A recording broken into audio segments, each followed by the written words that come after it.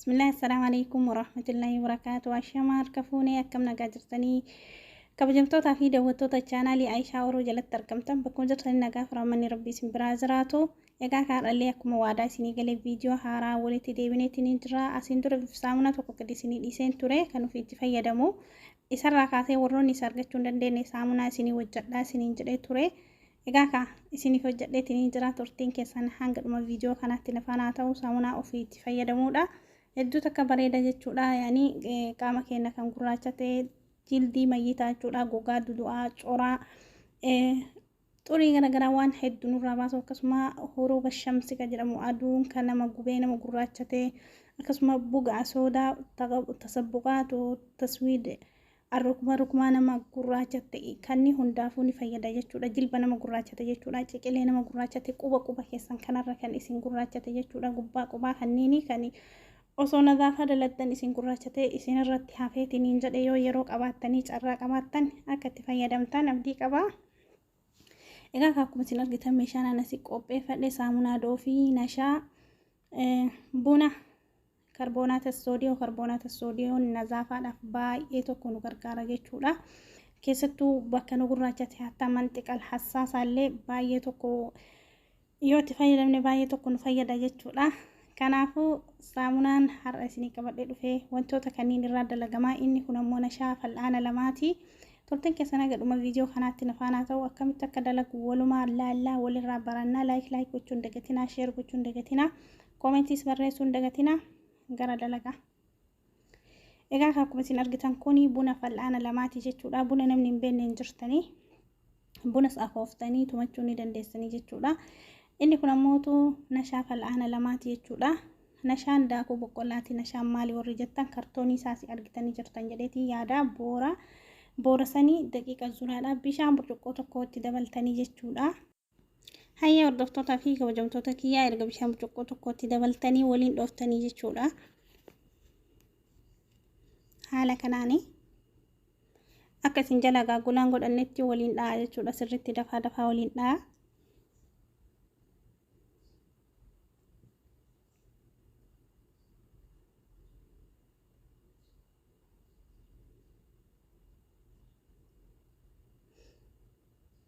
Bifa kanaan jechuudha.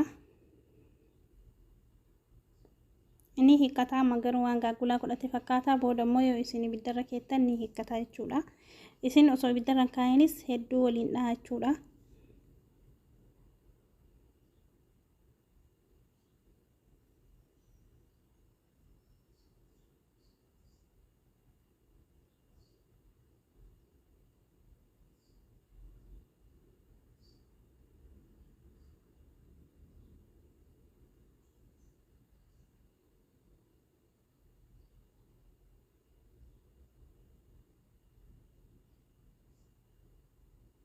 Hayyama ibiddarra kaa'attan jechuudha.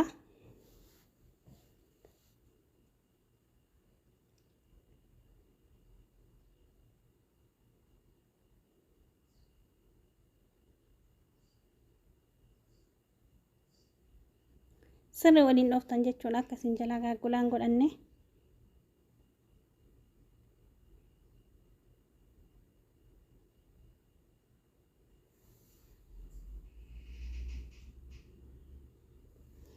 Amma kun wanti teetiin jira kana fakkaata. Adda isin ibiddarra waliin dhooftaniini yabbataa deemachuudha. Kun amma nashaa buna bishaan burcuqqoo tokkooti jechuudha. Wanni isin beekuu qabdan dursitanii wantoota nachi qopheessisan yeroo takkatti naxxanii ibiddarran keettanii jechuudha. Namni nazaafaa jaalatu namni qulqullina qaama ofii jaalatu dalagachuu danda'a jechuudha. Egaa kan shamarran keenyaa isinis qulqullina keessan sirriitti eeggadha. Kun amma saamuun doofiidha. Kalaas irraa baaseetiin jira jechuudha. Ibiddarraa fuudheetiin jira. Saamunaa kana fal'aana lamaatti dha'a jechuudha. Saamunaa sanaan ammoo qixxeetti hojjamuree bakka lama baasee hunda isaan daannee kan daakee gimmaasha gara tokkooti isarraayyuu fal'aana sadii qofatti dabalee jechuudha. Yookiin immoo fal'aana lama jechuudha. Fal'aana sadiin itti dabalee.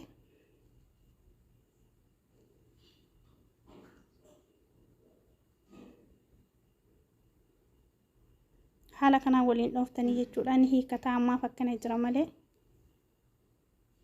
lama hiikkateetiin jira kunoo erga saamunaatti dabalee waliin dhayechuudha. Kun haala kanaan meeshaa kana deeffadheetiin jira jechuudha. Keessaa isin naqadheetiin jira. Amma immoo kaarboonata soodiyoo san itti dabalaa jechuudha.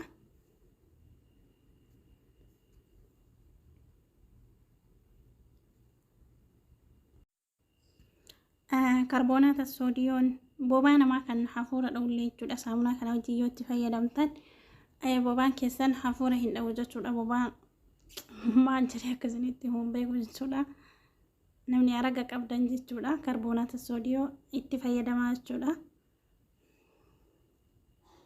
Yaani xayyira riihatal kariihaa riihaa kariihaa ni balleessa riihaa ajaa'u jechuudha. Kana fakkaata kaarboonata soodiyoo itti dabaleetiin jira. Inni bukaara kaarboonata soodiyoo jechuun kiyyaa baking powder seenaa baking powder miti jechuudha. Kuni kaarboonata soodiyoo axxaanarraa bitattanii jechuudha. Kana fakkaata bifa kanaani. Inni kun ammoo kaameraadha jechuudha. Kaameraa nyaataa kan daabboodhaan bukeeffannu kaameraamaan qalama kaameraan ishii basharaa namaa kana jabeessaa qaawwa jismii namaa keessa jiru kanan cufaa jechuudha. Baay'ee tokko kaameraan namoonni tokko fuulattis kan dibatanii jiranii jechuudha. Garuu waan fuulaa isin hojjannee onni beeku qabdan inni kun rifeensaafis miti fuulaafis miti jechuudha. Jismii keessan harka keessan qaama keessan guutuu jechuudha. Waan fuulaa fi rifeensa keessan hin ta'iniin alatti jechuudha. Isinii galee buleeyyan kaameraan jismii namaatiif jechuudha. Kaameraan yeroo tokko kaameraa qofa jechuudha. Harka keessan kan gurraachate kan maal jedhe kaameraa qofa fuutanii kaameraa qofa aanan fa'aan waliin laaffistanii yoo fayyadamtan yeroodhuma san harka keessan kana yoo riddan wanta addaa kana isinirraa ba'a jechuudha. Haala kanaan dhiyeeffadheetiin jira. Amma immoo waan biraa waliin dalannaa anuma faana tura. Kunoo kana fakkaataa bifa kanaan xumuree jira. Isinis akka kana dalagattan abdii qaba. Wanti beekuu qabdan inni biraa kan isinii dhaamu waan tokko har'umatti fayyadamne har'a faayidaa naa kennee jechuu miti. Itti deddeebi'anii itti dadhaban malee wanni dhufu hin jiru jechuudha. Waan kamirrattuu osoo itti hin taabimne wanni ati argattu takka hin jiru jechuudha. Jismii kan kee kan gurraachate ofirraa balleessuuf har'a dibattee narraa balleessuu didee jechuu hin qabdu. Itti deddeebi'uu qabdaa jechuudha. Yoo dandeette torbaaniin, yoo dandeette guyyaa sadiin, yoo dadhabde immoo torbaan lamaan, yoo kanumaayyuu dadhabde ji'aan jechuudha. Tadliiqa gochuu qabda. Jismii kan kee ofirraa riguu qabda jechuudha. Waan tokkoon oluma taate kana bishaan qofaan dhiqattee hin jiraatin obboleeyyan tiyya isiniin jedha. Ifa mallee naa godha. Asitti ammoo wanta harka keessan isinii laaffisu akkasuma taqshiira jechuudha. Erga saamunaa kanaan dhiqattanii laaffiftanii jildii dudu'aa waan namarraa hafe kan namarraa jildii dudu'aa jechuun kiyyaan jildal mayyit jechuun coraa du'aa jechuudha. Kan dhokatee amma erga saamunaa kanaan dhiqattanii ifa bahee jechuudha. Sukkaaraa fi kireeminii fi zayitii loozii yoo dhabdan ammoo zayitii zayituuna yoo argattan zayita loordii jechuudha. Nama zayita loordii qaba. Isirraa hojjetaa jechuudha. Sukkaara fal'aana lamaatti dabaltanii sukkaara fal'aana lama akkasuma kireeminii fi fal'aana lamaatti dabaltanii jechuudha. Waliin dhooftan jechuudha. Isa hojjetachuu fi argaa jirtan jedheetii yaada. Kireeminii fi illee suuraarra argitanii kunoo kana kireeminii fi akkana addaataa jechuudha. Adii kana jechuudha. Itti dabaltanii jara kanniin waliin kurtanii jechuudha.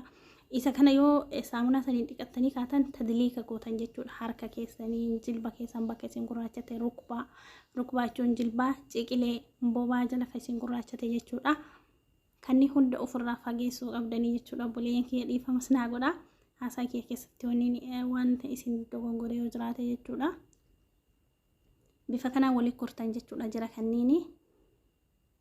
Haga dhumaana hojjetura.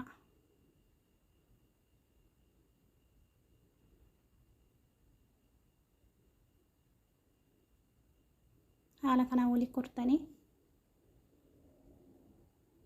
dhugaan dubbachuuf baay'ee tokko isaan dhiqattanii tannaa shaata argattanii jechuudha. Kunoo zayita loordiin kana jechuudha. Zayita loordiin kana kireeminii fi alleen kana jechuudha argitanii jirtanii milii 48 qabdi.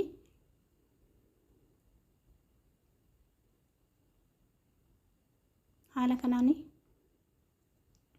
yeroo saamunaa sanii shaaworii galtanii baatanii kanaan tadliiqa godhattanii jechuudha. Tadliiqa gootanii riddanii jisbii keessan kana sokkoomtanii butuchisanii jechuudha. Alla yeroo isin qabaayyoo isin akkasii dhiqattanii kaatanii kana fakkaata kunoo bifa kanaan wantoota kanneen irraa hojjedhee bifa kanaan xumuree jira. Akka itti fayyadama isaallee viidiyoo irratti hojii ilaallaa nafaala tura kunoo kanneen meeshaan irraa dalagee jechuudha. Akkuma isin argitan saamunaan kana inni kun ammoo kireema kan hojjedhee jechuudha. yoo atta dhabdan zaytal wardii, zaytal loozii, zaytuuna akir shayii zaytuuna fayyadamaa dhabdan jechuudha. Zaytuun illee bareeda waan ta'eef argattan jedheetii yaada. Kana fakkaataa kunoo bifa kana ofitti gootanii ofirraa riddanii jismii keessan laazim tadlii galii faallee qabaachuu qabdanii. Hayya obboleeyyan kiyyaa isinii galee jedheetii yaada. Liifaa qabaachuu qabdanii isiniin jedheetii jira. Harka keessan dursitanii bishaan ho'aadhaan dhiqattanii jechuudha. Jismii keessan bishaan ho'aa dhiqattanii eegasanii fuutanii saamunaa kana hojjettan kana harka keessanitti ta'ee jismii keessanitti ta'ee bakka dibachuu barbaadan hunda qaama guutuun dhiqattanii ofirra tursiiftanii jechuudha. Daqiiqaa 5 achii kaatanii ofirraa riddanii jechuudha. Haala ammaas irratti liifaan gara lukaa eegamaa akkasuma harka keessan ammoo tadliika gootanii jechuudha. Yeroo dheeraa isin fudhata. Kan ammoo yeroon isin dargachuu dandeettan sa'aatii riba keessanii irraa murtanii akkasuma yeroo hojii hin qabnetti waan akkanaatiif fayyadamuu dandeettan malee mana madaamii keessa baay'ee ulfaataa isiniin jira obboleeyyan kiyyaa ni beekaanis jiru biyya ormaa. Haala kanaan itti fayyadamtanii dursitanii jismii keessan bishaan ho'aan taftii halmasaamaatii jechuun akka jismiin keessan qaawwii isinii banamee saamunaan kun gadi seenee xurii kana nurraa baasuu danda'uu fi dursinee bishaan ho'aan dhiqachuu qabna. Achii kaanee saamunaa qopheeffanneetti dibannaa. Erga saamunaa kana qopheeffannee tadliika hunda goonee geessinee booda kireemii sana ammoo bishaan ho'aan harkasa ofirraa dhidhee kaanee kireemii isa itti dibannaa jechuudha obboleeyyan kiyyaa.